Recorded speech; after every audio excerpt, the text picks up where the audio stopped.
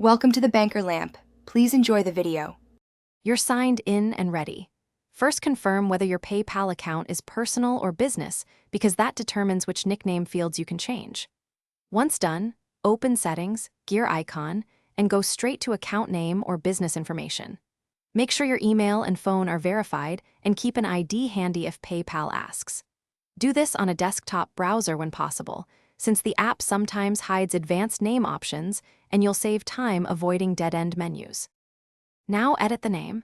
Click Edit beside the name field and choose Display Name or Legal Name Change.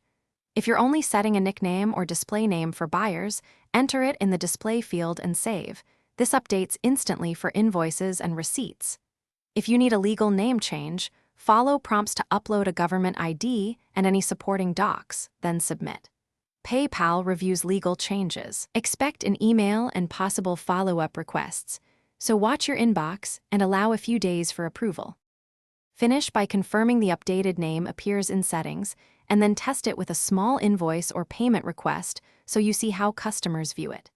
If PayPal flags the change or blocks it, go to the Resolution Center and upload any additional documents they request. This is why having verified ID upfront matters. If you change the name but still see the old one, clear browser cache, sign out and back in, or try a different browser. These simple steps often force the refresh. Thanks for watching. If this was helpful, leave a like and consider subscribing. See you next time.